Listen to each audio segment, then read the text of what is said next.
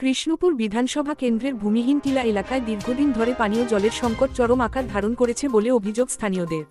প্রায় ৭০টি পরিবারের দাবি, এলাকায় জল সরবরাহের জন্য ট্যাঙ্ক পরিকাঠামো নির্মাণ হলেও নিয়মিত জল পৌঁছায় না। পানীয় জলসহ বিভিন্ন নাগরিক সমস্যাকে কেন্দ্র করে কৃষ্ণপুরের বিভিন্ন এলাকায় ক্ষোভ ক্রমশ বাড়ছে বলে দাবি স্থানীয়দের। না না এটা এই জায়গাটার নাম কি? এই জায়গাটা ভূমিহীন টিলা। আচ্ছা আপনার এলাকার মধ্যে পানীয় জল আয়নি ঠিকভাবে? জলই আয়ে না, জলের লাগে সমস্যা।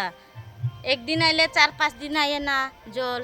একদিন কিটা মাথাতে একবারে আমরা মাথা থেকে লাস্ট দিকে জলই আয়ে না এক ফুটাও। সাপ্লাই লাইন দেখলাম আছে। আয়ে না জলের লাগে যে কষ্ট আমরা নিচের থেকে তুলন লাগে। কলের থেকে জল আনে মানুষের কলের থেকে আখানে গালি দেয় জল আনতে। তো এই এলাকার মধ্যে আয়নি মন্ত্রী? মন্ত্রী তো একদিন আসে না, একবার আসলো খালি ভোটের আগে। মন্ত্রী নিবা জাঙা বুথ নি